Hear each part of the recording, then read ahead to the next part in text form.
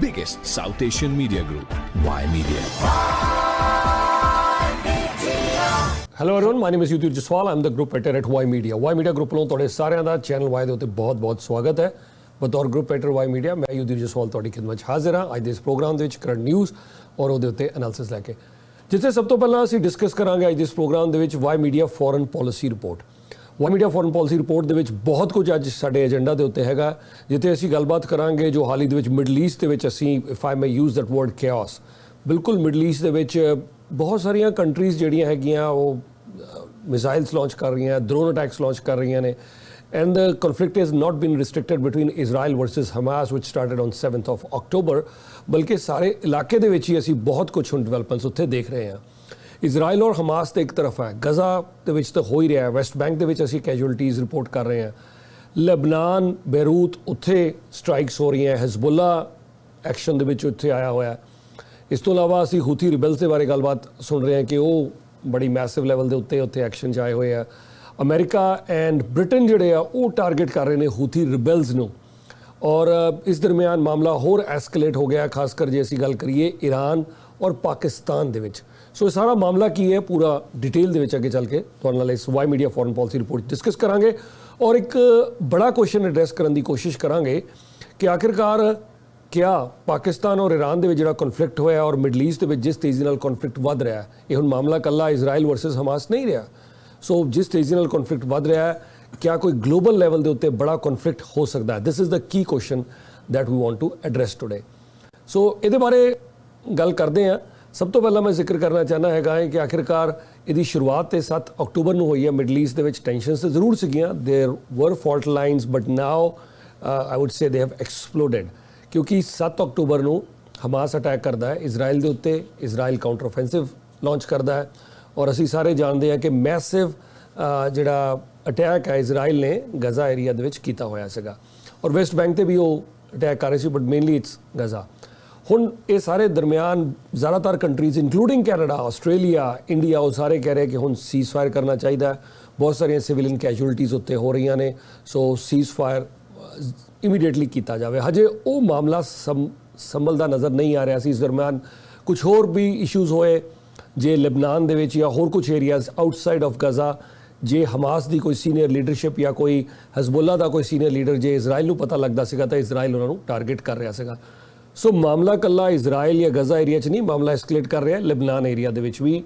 ਔਰ ਇਸ ਦਰਮਿਆਨ ਅਸੀਂ ਸਾਰੇ ਜਾਣਦੇ ਹਾਂ ਕਿ ਜਿਹੜੇ ਹਮਾਸ ਹੈ ਚਾਹੇ ਹਿਜ਼ਬੁੱਲਾ ਹੈ, they all have very strong ties to Iran ਉਹਨਾਂ ਨੂੰ ਬੈਕ ਕਰਦਾ ਹੈਗਾ। ਔਰ ਜੇ ਮੈਂ ਹੁਣ ਇੱਧਰੋਂ ਗੱਲ ਕਰਾਂ ਕਿ ਇਹ ਸਾਰੀ ਕਨਫਲਿਕਟ ਚੱਲ ਰਿਹਾ ਹੈ, ਸੋ ਯਮਨ ਦੇ ਵਿੱਚ ਜਿਹੜੇ ਹੂਥੀ ਰਿਬੈਲਸ ਨੇ ਉਹਨਾਂ ਦੀ ਬੈਕਗਰਾਊਂਡ ਵੀ ਤੁਹਾਡੇ ਨਾਲ ਸ਼ੇਅਰ ਕਰਦੇ ਹੈਗੇ ਆ। ਸੋ ਹੂਥੀ ਰਿਬੈਲਸ ਜਿਹੜੇ ਨੇ ਉਹਨਾਂ ਨੇ ਵੀ ਇਜ਼ਰਾਈਲ ਦੇ ਖਿਲਾਫ ਗੱਲ ਕਰਨੀ ਸ਼ੁਰੂ ਕੀਤੀ। ਰੈੱਡ ਸੀ ਜਿਹੜਾ ਕਿ ਟ੍ਰੇਡ ਪਰਸਪੈਕਟਿਵ ਤੋਂ ਬੜਾ ਇੰਪੋਰਟੈਂਟ ਹੈ, ਉਹ ਰੂਟ ਉਹ ਵੀ ਤੁਹਾਡੇ ਨਾਲ ਡਿਸਕਸ ਕਰਦੇ ਹਾਂ, ਉੱਥੇ ਵੀ ਮਾਮਲਾ ਕਾਫੀ ਵੱਧ ਗਿਆ। ਔਰ ਹੂਥੀ ਰਿਬੈਲਸ ਨੇ ਜਦੋਂ ਰੈੱਡ ਸੀ ਦੇ ਵਿੱਚ ਈਵਨ ਇੰਡੀਅਨ ਜਹਾਜ਼ ਉਹਦੇ ਉੱਤੇ ਵੀ ਅਟੈਕ ਹੋਇਆ। ਸੋ ਈਰਾਨ ਹੂਥੀ ਰਿਬੈਲਸ ਦੇ ਨਾਲ ਵੀ ਬੜੀ ਕਲੋਜ਼ਲੀ ਕੰਮ ਕਰਦਾ ਹੈ।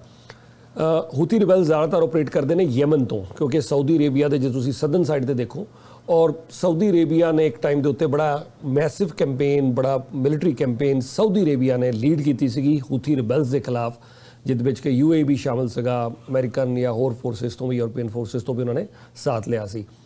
ਲੇਕਿਨ ਹੁਣ ਕੀ ਹੋ ਰਿਹਾ ਹੈ ਕਿ ਹੂਥੀ ਰਿਬੈਲਸ ਨੂੰ ਕਾਊਂਟਰ ਕਰਨ ਲਈ ਫਿਰ ਅਮਰੀਕਾ ਔਰ ਬ੍ਰਿਟਨ ਡਾਇਰੈਕਟ ਅਟੈਕਸ ਉਹਨਾਂ ਨੇ ਕੀਤੇ ਨੇ। ਸਪੋਰਟ ਜ਼ਰੂਰ ਕਰ ਰਿਹਾ ਕੈਨੇਡਾ ਜਾਂ ਕੁਝ ਹੋਰ ਕੰਟਰੀਜ਼ ਵੀ ਸਪੋਰਟ ਕਰ ਰਹੀਆਂ ਨੇ, ਬਟ US ਔਰ ਬ੍ਰਿਟਨ ਤਾਂ ਡਾਇਰੈਕਟ ਹੂਥੀ ਰਿਬੈਲਸ ਉੱਤੇ ਅਟੈਕ ਕਰ ਰਹੇ ਨੇ ਲਗਾਤਾਰ। ਔਰ ਸੀਰੀਆ ਦੇ ਵਿੱਚ ਵੀ ਲਗਾਤਾਰ ਅਟੈਕਸ ਜਾਰੀ ਸੀਗੇ US ਤੇ। ਇਸ ਦਰਮਿਆਨ ਅਸੀਂ ਇੱਕ ਹੋਰ ਚੀਜ਼ ਜੋ ਦੇਖ ਰਹੇ ਹਾਂ ਕਿ ਹੁਣ ਈਰਾਨ ਔਰ ਪਾਕਿਸਤਾਨ ਕਿੱਦਾਂ ਪਿਕਚਰ 'ਚ ਹੈ, ਤਾਂ ਸਾਰਾ ਮਾਮਲਾ ਚੱਲ ਹੀ ਰਿਹਾ। ਔਰ ਇੰਡੀਆ ਦੇ external affairs minister Iran visit ਕਰਦੇ ਆ ਔਰ ਈਰਾਨ ਦੇ ਫੋਰਨ ਮਿਨਿਸਟਰ ਨਾਲ ਗੱਲ ਕਰਦੇ ਆ ਕਿ ਜਿਹੜੇ ਇੰਡੀਆ ਦੇ ਜਹਾਜ਼ ਨੇ ਬਈ ਹੂਥੀ ਰਿਬੈਲਸ ਉੱਥੇ ਅਟੈਕ ਕਰ ਰਹੇ ਨੇ, ਤੁਸੀਂ ਤਾਂ ਉਹਨਾਂ ਦੇ ਨਾਲ ਇਨ ਟੱਚ ਹੈਗੇ ਹੀ ਹੋ। So India I'm sure they must be trying to make sure ਕਿ ਇੰਡੀਆ ਦੀ ਜਿਹੜੇ ਇੰਟਰਸਟ ਨੇ that are taken care by Iran, because Iran is a very dominating player in that area. ਜੇ ਅਸੀਂ recent scenario ਦੇਖੀਏ ਤਾਂ Iran ਦਾ influence ਕਾਫੀ ਨਜ਼ਰ ਆ ਰਿਹਾ। ਈਰਾਨ ਦਾ ਇਨਫਲੂਐਂਸ ਹਮਾਸ ਦੇ ਨਾਲ ਇਨ ਟੱਚ ਹੈ, ਹਿਜ਼ਬੁੱਲਾ ਦੇ ਨਾਲ ਹੈ, ਹੂਥੀ ਰਿਬੈਲਸ ਦੇ ਨਾਲ ਹੈ, ਔਰ ਈਰਾਨ ਖੁਦ ਇੱਕ ਸਟਰੋਂਗ ਪਾਵਰ ਹੈ ਏਰੀਆ 'ਚ ਕਾਫੀ। ਇਸ ਵੇਲੇ ਈਰਾਨ ਜਿਹੜਾ ਐਕਟਿਵ ਨਜ਼ਰ ਆ ਰਿਹਾ ਹੈ। ਲੇਕਿਨ ਈਰਾਨ ਤੋਂ ਇਲਾਵਾ ਜੇ ਅਸੀਂ ਬਾਕੀ ਕੰਟਰੀਜ਼ ਦੇਖੀਏ ਉਹਨਾਂ ਦੀ ਪੋਜੀਸ਼ਨ ਕੀ ਹੈ ਇਸ ਸਮੇਂ, ਉਹ ਵੀ ਤੁਹਾਡੇ ਨਾਲ ਗੱਲ ਕਰਦੇ ਹਾਂ। ਇਜ਼ਰਾਈਲ ਆਪਣੀ ਇੱਕ ਜੰਗ ਲੜ ਰਿਹਾ, ਚਾरों तरफ घिरा होया, हूथी रिबेल्स एक तरफ है, हमास है और हिजबुल्ला भी है, और इस दरमियान ईरान ਦੇ ਨਾਲ डायरैक्ट कॉन्फ्लिक्ट ਤਾਂ ਨਹੀਂ ਹੈ पर इनडायरैक्ट कॉन्फ्लिक्ट ਚੱਲ ਰਿਹਾ। ਹੁਣ ਇਹਦੀ ਬੈਕਗ੍ਰਾਉਂਡ ਤੁਹਾਡੇ ਨਾਲ ਸ਼ੇਅਰ ਕਰਦੇ ਹਾਂ ਕਿ Iran has also been under tremendous pressure. Iran ਦੇ ਜਨਰਲ ਕਾਸਿਮ ਸੁਲੇਮਾਨੀ ਨਿਸ਼ਾਨਾ ਤੇ ਵੈਸੇ ਤਾਂ ਬੜੀ ਦੇਰ ਤੱਕ ਸੀਗਾ, ਖਾਸ ਕਰ ਅਮਰੀਕਾ ਦੇ ਉਹ ਨਿਸ਼ਾਨੇ ਦੇ ਉੱਤੇ ਸੀਗੇ। ਜਦੋਂ ਅਸੀਂ ਗੱਲ ਕਰੀਏ ਕਿ ਚਾਹੇ ਉਹ ਬੁਸ਼ ਐਡਮਿਨਿਸਟ੍ਰੇਸ਼ਨ ਸੀਗੀ ਜਾਂ ਫਿਰ ਓਬਾਮਾ ਐਡਮਿਨਿਸਟ੍ਰੇਸ਼ਨ ਆਈ, ਉਸ ਵੇਲੇ ਤੋਂ ਹੀ ਪਲਾਨਸ ਬਣਦੇ ਰਹੇ ਕਿ ਈਰਾਨ ਦੇ ਬਹੁਤ ਪਾਵਰਫੁਲ ਜਨਰਲ ਕਾਸਿਮ ਸੁਲੇਮਾਨੀ ਨੂੰ ਟਾਰਗੇਟ ਕਰਨ ਦੀ ਗੱਲ ਹੁੰਦੀ ਰਹੀ। ਬਟ ਜਦੋਂ ਡੋਨਲਡ ਟਰੰਪ ਸਾਹਿਬ ਆਏ, ਰਾਸ਼ਟਰਪਤੀ ਸੀਗੇ, ਉਸ ਵੇਲੇ ਦੁਬਾਰਾ ਪ੍ਰਪੋਜ਼ਲ ਆਇਆ, ਕਿਹਾ ਗਿਆ ਕਿ ਠੀਕ ਹੈ 2020 ਦੇ ਵਿੱਚ ਜਨਰਲ ਕਾਸਿਮ ਸੁਲੇਮਾਨੀ ਜਿਹੜੇ ਆ ਉਹਨਾਂ ਦਾ ਕਤਲ ਕਰ ਦਿੱਤਾ। ਔਰ ਉਹ ਈਰਾਨ 'ਚ ਨਹੀਂ ਸੀ ਕਿ ਉਹ ਬਗਦਾਦ 에ਅਰਪੋਰਟ ਤੇ ਆਏ, ਇਰਾਕ ਦੇ ਵਿੱਚ ਸੀਗੇ ਔਰ ਉੱਥੋਂ ਬਾਹਰ ਨਿਕਲੇ, ਉਹਨਾਂ ਦੇ ਕਾਫਲੇ ਦੇ ਉੱਤੇ ਅਟੈਕ ਕਰ ਦਿੱਤਾ ਗਿਆ ਐਂਡ ਜਨਰਲ ਕਾਸਿਮ ਸੁਲੇਮਾਨੀ ਉਹਨਾਂ ਨੂੰ ਕਤਲ ਕਰ ਦਿੱਤਾ, ਅਸੈਸੀਨੇਟ ਕਰ ਦਿੱਤਾ ਗਿਆ।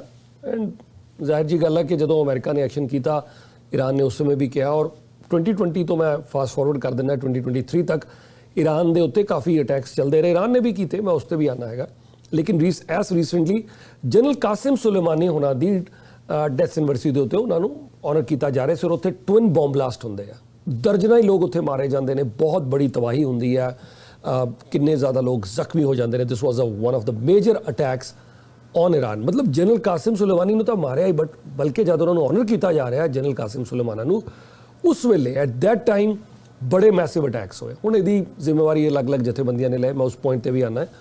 ਔਰ ਦਸੰਬਰ ਦੀ ਜੇ ਅਸੀਂ ਗੱਲ ਕਰੀਏ ਤਾਂ ਦਸੰਬਰ ਦੇ ਵਿੱਚ ਈਰਾਨ ਦੇ ਲਾਅ ਇਨਫੋਰਸਮੈਂਟ ਏਜੰਸੀਜ਼ ਦੇ 11 ਬੰਦੇ ਹੋਰ ਟਾਰਗੇਟ ਕਰਕੇ ਕੈਂਬੁਸ਼ ਕੀਤਾ ਗਿਆ ਪੁਲਿਸ ਸਟੇਸ਼ਨ, ਔਰ ਉੱਥੇ ਮਾਰ ਦਿੱਤੇ ਗਏ। ਸੋ ਈਰਾਨ ਦੇ ਉੱਤੇ ਵੀ ਕਾਫੀ ਅਟੈਕਸ ਹੋ ਰਹੇ ਸੀਗੇ। ਜ਼ਾਹਿਰ ਜੀ ਗੱਲ ਹੈ ਕਿ ਈਰਾਨ ਵੀ ਅਟੈਕਸ ਈਰਾਨ ਵੀ ਕਰਦਾ, ਈਰਾਨ ਹਿਜ਼ਬੁੱਲਾ ਨੂੰ ਸਪੋਰਟ ਕਰਦਾ ਹੈ, ਹੂਥੀ ਰਿਬੈਲਸ, ਹਮਾਸ, ਸੋ ਆਪਣੀ ਪ੍ਰੌਕਸੀਜ਼ ਦਾ ਇਸਤੇਮਾਲ ਕਰ ਰਿਹਾ ਸੀ। Now Iran has jumped into a direct conflict. Iran ਨੇ ਕੀ ਕੀਤਾ, ਈਰਾਨ ਨੇ ਸੀਰੀਆ, ਇਰਾਕ ਦੇ ਉੱਤੇ ਅਟੈਕਸ ਕੀਤੇ ਈਰਾਨ ਨੇ, ਔਰ ਜਿਹੜਾ ਇਰਾਕ ਦੇ ਵਿੱਚ ਉਹਨਾਂ ਨੇ ਏਰੀਆ ਅਟੈਕ ਕੀਤਾ, ਉਹਨਾਂ ਦਾ ਕਹਿਣਾ ਹੈ ਕਿ ਇੱਥੇ ਨਦਨ ਇਰਾਕ ਦੇ ਵਿੱਚ ਕਿ ਇਸ ਜਗ੍ਹਾ ਦੇ ਉੱਤੇ ਮੋਸਾਦ ਇਜ਼ਰਾਈਲੀ ਇੰਟੈਲੀਜੈਂਸ ਦੇ ਹੈੱਡਕੁਆਟਰ ਸੀਗੇ, ਕਲੋਜ਼ ਹੀ US ਕੌਂਸੂਲੇਟ ਆਫਿਸ ਵੀ ਹੈ, ਔਰ ਉਹਨਾਂ ਨੇ ਇੱਥੇ ਅਟੈਕ ਕਰਕੇ ਨਾ ਸਿਰਫ ਈਰਾਨ ਨੂੰ ਡਾਇਰੈਕਟ ਮੈਸੇਜ, ਈਰਾਨ ਨੇ ਇਜ਼ਰਾਈਲ ਨੂੰ ਡਾਇਰੈਕਟ ਮੈਸੇਜ ਦਿੱਤਾ, ਬਲਕਿ ਨਾਲ ਦੀ ਨਾਲ ਉਹਨਾਂ ਨੇ ਮੈਸੇਜ US ਨੂੰ ਵੀ ਦੇ ਦਿੱਤਾ। ਇਸ ਤੋਂ ਅਗਲਾ ਸਟੈਪ ਉਹਨਾਂ ਨੇ ਚੁੱਕਿਆ ਕਿ ਈਰਾਨ ਨੇ ਪਾਕਿਸਤਾਨ ਦੇ ਅੰਦਰ ਦਾਖਲ ਹੋ ਕੇ ਪਾਕਿਸਤਾਨ ਦੇ ਬਲੂਚਿਸਤਾਨ ਏਰੀਆ ਦੇ ਵਿੱਚ ਉੱਥੇ ਜਾ ਕੇ ਅਟੈਕ ਕੀਤਾ ਈਰਾਨ ਨੇ। ਹੁਣ ਈਰਾਨ ਨੇ ਇਹ ਵੀ ਕਰ ਦਿੱਤਾ, ਪਾਕਿਸਤਾਨ ਦੇ ਬਲੂਚਿਸਤਾਨ ਇਲਾਕੇ ਦੇ ਵਿੱਚ ਵੀ ਅਟੈਕ ਕੀਤਾ, ਔਰ ਪਾਕਿਸਤਾਨ ਨੇ ਅਗਲੇ ਹੀ ਦਿਨ, ਇੱਕ ਦਿਨ ਇਹਨਾਂ ਨੇ ਕੀਤਾ, ਉੱਥੇ 2 ਜਣੇ ਦੀ ਡੈਥ ਹੋਈ, 3 ਜਣੇ ਜ਼ਖਮੀ ਹੋ ਗਏ। ਪਾਕਿਸਤਾਨ ਨੇ ਪਹਿਲਾਂ ਤੇ ਇਤਰਾਜ਼ ਇੰਨਾ ਕੀ ਜਤਾਇਆ ਕਿ you have violated our air space. ਹੁਣ ਜ਼ਾਹਿਰ ਜੀ ਗੱਲ ਹੈ, ਕੱਲੀ 에ਅਰ ਸਪੇਸ ਤਾਂ ਵਾਇਲੇਟ ਨਹੀਂ, 에ਅਰ ਸਪੇਸ ਤਾਂ ਉਸੇ ਵੇਲੇ ਵਾਇਲੇਸ਼ਨ ਹੋ ਜਾਂਦੀ ਹੈ ਜਦੋਂ ਤੁਸੀਂ ਕਿਸੇ ਵੀ ਫੋਰਨ ਟੈਰੀਟਰੀ ਦੇ ਵਿੱਚ ਕੋਈ 에ਅਰ ਫੋਰਸ ਐਂਟਰ ਕਰਦੀ ਹੈ, ਤਾਂ ਕਹਿੰਦੇ 에ਅਰ ਸਪੇਸ ਵਾਇਲੇਟ ਹੋ ਗਈ। But this was not a case of air space violation. Iran ਜਿਹੜਾ ਹੈਗਾ ਉਹਨਾਂ ਨੇ ਮਿਜ਼ਾਈਲਸ ਫਾਇਰ ਕੀਤੇ, ਡਰੋਨਸ ਫਾਇਰ ਕੀਤੇ in Pakistan territory. So Pakistan ਨੇ ਫਿਰ ਰਿਟੈਲੀਏਟ ਕੀਤਾ, Pakistan entered into Iranian territory, ਔਰ ਪਾਕਿਸਤਾਨ ਨੇ ਉੱਥੇ ਜਾ ਕੇ ਅਟੈਕ ਕਰਤਾ। ਜਦੋਂ ਈਰਾਨ ਨੇ ਅਟੈਕ ਕੀਤਾ ਤਾਂ ਈਰਾਨ ਨੇ ਕਿਹਾ ਕਿ ਜੀ ਜਿਹੜੇ ਟੈਰਰਿਸਟ ਨੇ, ਕਿਉਂਕਿ ਉਹਨਾਂ ਦੇ ਉੱਥੇ ਜਿਹੜੇ ਟੈਰਰਿਸਟ ਅਟੈਕ ਹੋਏ ਨੇ, ਸੋ ਈਰਾਨ ਨੇ ਕਿਹਾ ਕਿ ਚਾਹੇ ਉਹ ਟੈਰਰਿਸਟ ਪਾਕਿਸਤਾਨ 'ਚ ਹੈ, ਪਾਕਿਸਤਾਨ ਦੇ ਨਾਲ ਅਸੀਂ ਬੜੀ ਦੇਰ ਤੋਂ ਗੱਲ ਕਰ ਰਹੇ ਹਾਂ। ਈਰਾਨ ਦੇ ਫੋਰਨ ਅਫੇਅਰਸ ਮਿਨਿਸਟਰ ਜੋ ਕਿ ਡੈਵੋਸ ਸਮਿਟ ਦੇ ਵਿੱਚ ਸੀਗੇ ਹਾਲ ਹੀ ਦੇ ਵਿੱਚ, ਉਹਨਾਂ ਨੇ ਈਰਾਨ ਦੇ ਫੋਰਨ ਮਿਨਿਸਟਰ ਦਾ ਕਹਿਣਾ ਸੀਗਾ ਕਿ ਅਸੀਂ ਬੜੀ ਦੇਰ ਤੋਂ, ਪਾਕਿਸਤਾਨ ਸਾਡੀ ਫਰੈਂਡਲੀ ਕੰਟਰੀ ਹੈ, ਅਸੀਂ ਉਹਨਾਂ ਨਾਲ ਗੱਲ ਕਰਦੇ ਰਹੇ ਹਾਂ, ਲੇਕਿਨ ਪਾਕਿਸਤਾਨ ਸਾਡੀ ਗੱਲ ਨਹੀਂ ਸੁਣ ਰਿਹਾ। ਸੋ ਜਦ ਉਹ ਗੱਲ ਨਹੀਂ ਸੁਣ ਰਿਹਾ, ਕਿਉਂਕਿ ਪੱਤਰਕਾਰ ਸਵਾਲ ਪੁੱਛ ਰਿਹਾ ਕਿ ਤੁਸੀਂ ਪਾਕਿਸਤਾਨ ਨੂੰ ਦੱਸ ਕੇ ਕਰਨਾ ਸੀਗਾ, ਪਾਕਿਸਤਾਨ ਨੂੰ ਕੌਨਫੀਡੈਂਸ ਲੈ ਕੇ ਕਰਨਾ ਸੀ, ਜੇ ਤੁਸੀਂ ਕਹਿ ਰਹੇ ਹੋ ਕਿ ਟੈਰਰਿਸਟ ਹੈਗੇ ਨੇ। ਉਹ ਕਹਿੰਦੇ ਪਾਕਿਸਤਾਨ ਨਾਲ ਅਸੀਂ ਬੜੀ ਵਾਰ ਗੱਲ ਕਰਦੇ ਰਹੇ ਹਾਂ, ਲੇਕਿਨ ਪਾਕਿਸਤਾਨ ਸਾਡੀ ਗੱਲ ਨਹੀਂ ਸੁਣ ਰਿਹਾ। ਮੇ ਬੀ ਸ਼ਾਇਦ ਉਹ ਇਹ ਸੋਚ ਰਹੇ ਹੋਣਗੇ ਕਿ ਜੀ ਜੇ ਅਸੀਂ ਪਾਕਿਸਤਾਨ ਨੂੰ ਦੱਸਿਆ ਤੇ ਸ਼ਾਇਦ ਪਾਕਿਸਤਾਨ ਨੇ ਕਾਰਵਾਈ ਨਾ ਹੋਣ ਦੇਵੇ, ਸ਼ਾਇਦ ਐਸੀ ਉਹਨਾਂ ਦੀ ਸੋਚ ਹੋਏ। ਇਸ ਦਰਮਿਆਨ ਈਰਾਨ ਨੇ ਜਿੱਥੇ ਪਾਕਿਸਤਾਨ ਦੇ ਅੰਦਰ ਟੈਰੀਟਰੀ ਦੇ ਵਿੱਚ ਜਾ ਕੇ ਅਟੈਕਸ ਕੀਤੇ ਨੇ, ਉੱਥੇ ਹੀ ਈਰਾਨ ਨੇ ਪਹਿਲਾਂ ਕੀਤੇ ਸੀ, ਔਰ ਜਦੋਂ ਈਰਾਨ ਨੇ ਕੀਤੇ ਅਟੈਕ ਤੇ ਉਸ ਸਮੇਂ ਪਾਕਿਸਤਾਨ ਨੇ ਈਰਾਨੀਅਨ ਅੰਬੈਸਡਰ ਨੂੰ ਐਕਸਪੈਲ ਕਰ ਦਿੱਤਾ, ਈਰਾਨ ਨੇ ਵੀ ਪਾਕਿਸਤਾਨ ਦੇ ਅੰਬੈਸਡਰ ਨੂੰ ਐਕਸਪੈਲ ਕਰ ਦਿੱਤਾ। ਸੋ ਇੱਕ ਦੂਸਰੇ ਦੇ ਡਿਪਲੋਮੈਟਸ ਨੂੰ ਐਕਸਪੈਲ ਕਰ ਦਿੱਤਾ ਗਿਆ। ਪਾਕਿਸਤਾਨ ਨੇ ਜਦੋਂ ਹੁਣ ਅਟੈਕ ਕੀਤਾ ਹੈਗਾ ਤੇ ਪਾਕਿਸਤਾਨ ਕਹਿੰਦਾ ਹੈ ਕਿ ਜੀ ਚਾਹੇ ਜਿਹੜੇ ਬਲੋਚਿਸਤਾਨ ਲਿਬਰੇਸ਼ਨ ਆਰਮੀ ਹੈ, ਸੋ ਜਿਹੜੇ ਸਾਡੇ ਇੱਥੇ ਬਲੋਚਿਸਤਾਨ ਦੇ ਵਿੱਚ ਟੈਰਰਿਸਟ ਹਮਲੇ ਹੋ ਰਹੇ ਨੇ, ਇਹ ਬਲੋਚੀ ਕੈਂਪ ਉੱਥੇ ਹੈਗੇ ਨੇ, ਬਲੋਚ ਕੁਝ ਜਿਹੜੇ ਉੱਥੇ ਟੈਰਰਿਸਟ ਕੈਂਪ ਇਹਨਾਂ ਨੇ ਲਗਾਏ ਹੋਏ ਨੇ। ਸੋ 9 ਕੈਜੁਅਲਟੀਜ਼ ਉੱਧਰ ਦੂਸਰੀ ਤਰਫ ਹੋਈਆਂ ਜੋ ਈਰਾਨ ਨੇ ਰਿਪੋਰਟ ਕੀਤੀਆਂ। ਔਰ ईरान ने ਕੰਡੈਮ ਵੀ ਕੀਤਾ ਪਾਕਿਸਤਾਨ ਦੇ ਇਸ ਅਟੈਕ ਨੂੰ, ਔਰ ईरान ਨੇ ਕਿਹਾ ਕਿ ਹਾਲਾਂਕਿ ਨਾਲ ਕਿਹਾ ਵੀ ਕਿ ਪਾਕਿਸਤਾਨ ਸਾਡੇ ਫਰੈਂਡਲੀ ਕੰਟਰੀ ਹੈ। ਅੱਛਾ, ਪਾਕਿਸਤਾਨ ਵੀ ਕਹਿ ਰਿਹਾ ਕਿ ईरान ਸਾਡੀ ਫਰੈਂਡਲੀ ਕੰਟਰੀ ਹੈ, ईरान ਵੀ ਕਹਿ ਰਿਹਾ ਪਾਕਿਸਤਾਨ ਸਾਡੀ ਫਰੈਂਡਲੀ ਕੰਟਰੀ ਹੈ, ਪਰ ਇੱਕ ਦੂਸਰੇ ਨੂੰ ਦੱਸੇ ਬਿਨਾ, ਫਰੈਂਡਲੀ ਕੰਟਰੀ ਨੂੰ ਦੱਸੇ ਬਿਨਾ ਇੱਕ ਦੂਸਰੇ ਦੀ ਟੈਰੀਟਰੀ ਦੇ ਵਿੱਚ ਅਟੈਕ ਕਰ ਰਹੇ ਨੇ। ਹੁਣ ਸਵਾਲ ਇਹ ਵੀ ਖੜਾ ਹੁੰਦਾ ਹੈ ਕਿ ਸਾਰਾ ਕੁਝ ਜਦੋਂ ਹੋ ਰਿਹਾ ਹੈ, उधर एक तरफ हूथी रिबेल्स एंटर कर गए, हमास भी है, हिजबुल्ला भी है, तो बड़ा क्वेश्चन एड्रेस कर रहे हैं। ईरान पाकिस्तान का कॉन्फ्लिक्ट होर खड़ा हो गया है। अमेरिका ब्रिटेन उस एरिया सीरिया दे विच हूथी रिबेल्स के उत्ते बंबारी कर रहे हैं, और हूथी रिबेल्स जिहड़े ने वो चाहे वो रेड सी की गल कर लीए या होर कई एरियाज जिथे जिथे उन्होंने मौका मिल रहा है वो भी अटैक्स कर रहे हैं। सो थिंग्स आर एस्केलेटिंग, मामला वधदा नज़र आ रहा, रुकदा नज़र नहीं आ रहा। सो इन्हां हालातां दे विच रशिया और ईरान की एक पासे जंग लगी हुई है, माफ़ करना रशिया और यूक्रेन की। सो रशिया और यूक्रेन जंग हजे रुकी नहीं है, मिडल ईस्ट के मामला एस्केलेट कर रहा है। सो बड़ा सवाल असीं एड्रेस करने की कोशिश करांगे कि are we looking for a major global conflict, क्या कोई बड़ा कॉन्फ्लिक्ट होने जा रहा है? That is the question we want to address, क्योंकि बहुत सारे जिहड़े सिक्योरिटी एनालिस्ट ने उस गल की चिंता जता रहे हैं कि जिस तरीके दे नाल चीज़ां वध रहीआं ने, जे असीं इहनूं नहीं रोकिया तो बड़ा ग्लोबल कॉन्फ्लिक्ट हो सकता है। जे असीं सारी कंट्रीज़ की गल करिए, बड़िया मेजर पावर्स ने जिहड़ियां कि किते ना किते डायरैक्ट अटैक्स विच या इनडायरैक्ट अटैक्स तो शामिल ही है। सो देखो इजराइल है, इजराइल की मिलिटरी कम कर रही है उत्थे। इंग्लैंड है, इंग्लैंड डायरैक्ट एक्शन दे विच शामिल है, मिलिटरी अटैक्स दे विच शामिल है इंग्लैंड।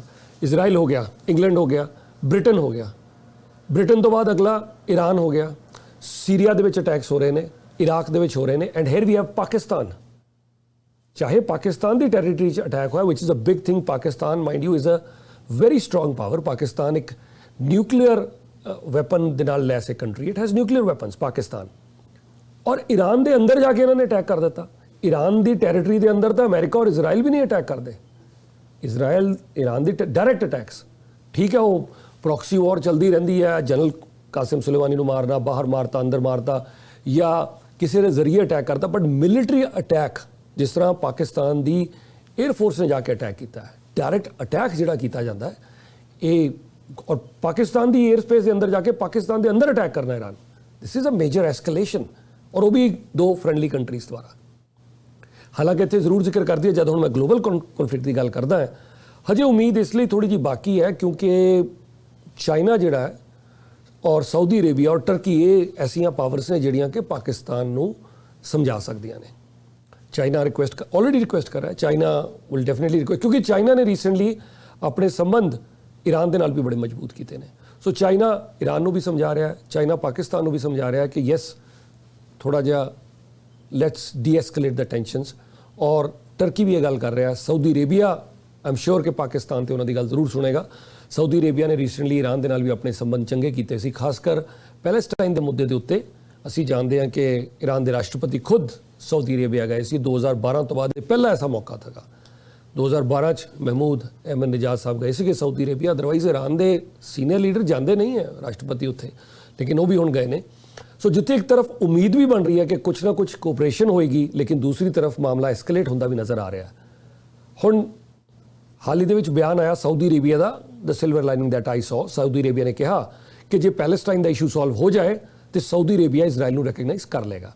याद रहे कि यूएई ने ऑलरेडी सऊदी अरेबिया के नाल मिल के, हालांकि सऊदी अरेबिया फ्रंट तो नहीं सी, पिछे सीगा, पर यूएई ने अपने व्यापारिक रिश्ते बड़े मजबूत कर ले इसराइल के नाल। हुण सऊदी अरेबिया ने भी, Saudi Arabia was definitely next on the list. Official unofficial तो पहले ही है, बट ऑफिशियल ऐलान भी हो जाना सीगा सऊदी अरेबिया और इसराइल के रिश्तों का। बट 7 अक्टूबर हो गया, मामला सारा बिगड़ गया। लेकिन हुण दोबारा सऊदी अरेबिया के फॉरन अफेयर्स मिनिस्टर का गल कहना कि असीं इसराइल नूं रिकगनाइज करांगे, हालांकि उन्होंने एक शर्त जरूर लगाई है कि पैलेस्टाइन का इशू सॉल्व हो जाए।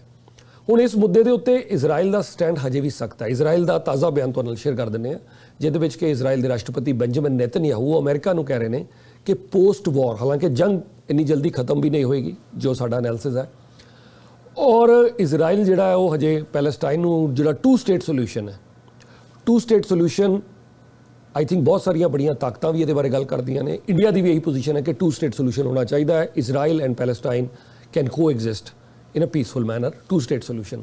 लेकिन इसराइल जो है वो 2 स्टेट सोल्यूशन हजे भी नहीं चाहता है। और जो नदन ਗਾਜ਼ਾ ਦੀ ਗੱਲ ਕਰੀਏ ਤੇ ਬਹੁਤ ਮੈਸਿਵ ਲੈਵਲ ਦੇ ਉੱਤੇ ਕੈਜੁਅਲਟੀਜ਼ ਹੋਈਆਂ ਨੇ। ਯੂਨਾਈਟਿਡ ਨੇਸ਼ਨਸ ਇਸ ਤੇ ਬੜੇ ਸਵਾਲ ਖੜੇ ਕਰ ਰਿਹਾ ਹੈ। ਸਾਊਥ ਅਫਰੀਕਾ ਜੈਨੋਸਾਈਡ ਦੀ ਗੱਲ ਕਰ ਰਿਹਾ ਹੈਗਾ ਹੈ ਕਿ ਜੈਨੋਸਾਈਡ ਕੀਤਾ ਜਾ ਰਿਹਾ ਇਜ਼ਰਾਈਲ ਵੱਲੋਂ। ਇਜ਼ਰਾਈਲ ਉਹਨੂੰ ਡਿਫੈਂਡ ਕਰਦਾ, ਬਲਕਿ ਇਜ਼ਰਾਈਲ ਕਹਿੰਦਾ ਹੈ ਕਿ ਜੀ ਹਮਾਸ ਜਿਹੜਾ ਉਹ ਰਿਸਪੌਂਸਿਬਲ ਹੈ ਜੈਨੋਸਾਈਡਲ ਐਕਟੀਵਿਟੀਜ਼ ਵਾਸਤੇ। ਸੋ ਗਲੋਬਲ ਲੈਵਲ ਦੇ ਉੱਤੇ ਹਜੇ ਕਨਫਲਿਕਟ ਮੈਂ ਸਮਝਦਾ ਹਾਂ ਕਿ ਯੈਸ ਉਸ ਦਿਸ਼ਾ ਵੱਲ ਜ਼ਰੂਰ ਗਿਆ ਹੈ। ਮਾਮਲਾ ਐਸਕੇਲੇਟ ਬਹੁਤ ਹੋਇਆ ਹੈ। It's not just a war between Israel ਔਰ ਹਮਾਸ, ਮਾਮਲਾ ਬਹੁਤ ਐਸਕੇਲੇਟ ਹੋ ਗਿਆ। ਬਟ ਅਸੀਂ ਸੋਚਦੇ ਹਾਂ ਕਿ ਹਜੇ ਵੀ ਜਿਹੜੀਆਂ ਮੇਜਰ ਪਾਵਰਸ ਨੇ ਇਹਨੂੰ ਚਾਹਣ ਤੇ ਕੰਟਰੋਲ ਕਰ ਸਕਦੀਆਂ ਨੇ, but it could definitely escalate. Imagine ਜੇ ਹੁਣ ਈਰਾਨ ਡਿਸਾਈਡਸ ਕਿ ਅਸੀਂ ਪਾਕਿਸਤਾਨ ਦੇ ਖਿਲਾਫ ਕੋਈ ਹੋਰ ਬੜਾ ਮਿਲਟਰੀ ਐਕਸ਼ਨ ਕਰਨਾ ਹੈ, ਐਂਡ ਪਾਕਿਸਤਾਨ ਕਿਉਂਕਿ ਡੋਮੈਸਟਿਕ ਲੈਵਲ ਦੇ ਉੱਤੇ ਈਰਾਨ ਨੇ ਵੀ ਇਹ ਆਪਣੀ ਜਿਹੜੀ ਪਬਲਿਕ ਹੈ, ਈਰਾਨ ਨੇ ਵੀ ਉਹਨਾਂ ਨੂੰ ਜਵਾਬ ਦਿਆ ਹੈ।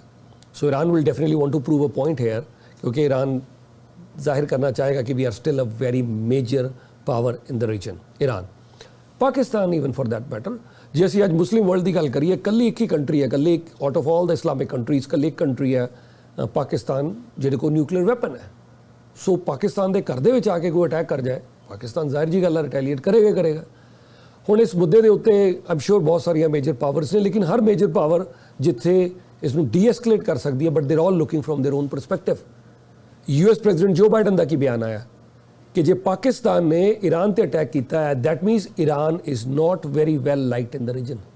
ਸੋ ਸਰਕੈਜ਼ਮ ਜਾਂ ਕਿਤੇ ਨਾ ਕਿਤੇ ਜੋ ਬਾਈਡਨ ਹੋਣਾ ਨੇ, ਯੂਐਸ ਪ੍ਰੈਜ਼ੀਡੈਂਟ ਦੇ ਬਿਆਨ ਨੇ ਈਰਾਨ ਨੂੰ ਟਾਰਗੇਟ ਕਰਤਾ। ਇਸੇ ਤਰ੍ਹਾਂ ਜੇ ਇੰਡੀਆ ਦੀ ਗੱਲ ਕਰੀਏ, ਇੰਡੀਆ ਨੇ ਈਰਾਨ ਦੀ ਸਪੋਰਟ ਕਰ ਦਿੱਤੀ। ਇੰਡੀਆ ਨੇ ਕਿਹਾ ਹੈ ਕਿ ਦੇਖੋ ਅਸੀਂ ਤਾਂ ਪਹਿਲਾਂ ਹੀ ਕਹਿ ਰਹੇ ਹਾਂ ਕਿ ਪਾਕਿਸਤਾਨ ਦੇ ਵਿੱਚ ਟੈਰਰਿਜ਼ਮ ਹੁੰਦਾ ਹੈ, ਪਾਕਿਸਤਾਨ ਟੈਰਰਿਜ਼ਮ ਨੂੰ ਸਪੋਰਟ ਕਰਦੀ ਹੈ। ਸੋ ਇੰਡੀਆ ਨੇ ਈਰਾਨ ਨੂੰ ਸਪੋਰਟ ਕਰ ਦਿੱਤਾ। ਸੋ ਕੋਈ ਈਰਾਨ ਦੇ ਖਿਲਾਫ ਗੱਲ ਕਰੇਗਾ, ਕੋਈ ਈਰਾਨ ਨੂੰ ਸਪੋਰਟ ਕਰੇਗਾ, ਕੋਈ ਮਾਮਲੇ ਨੂੰ ਡੀਐਸਕੇਲੇਟ ਕਰਨ ਦੀ ਗੱਲ ਕਰੇਗਾ। ਰਸ਼ੀਆ, ਚਾਈਨਾ, ਹਰ ਇੱਕ ਦੇ ਆਪਣੇ ਆਪਣੇ ਫਾਇਦੇ ਇਸ ਏਰੀਆ 'ਚ ਜੁੜੇ ਹੋਏ ਨੇ। But one word as I used at the start of this conversation, it's definitely some sort of chaos.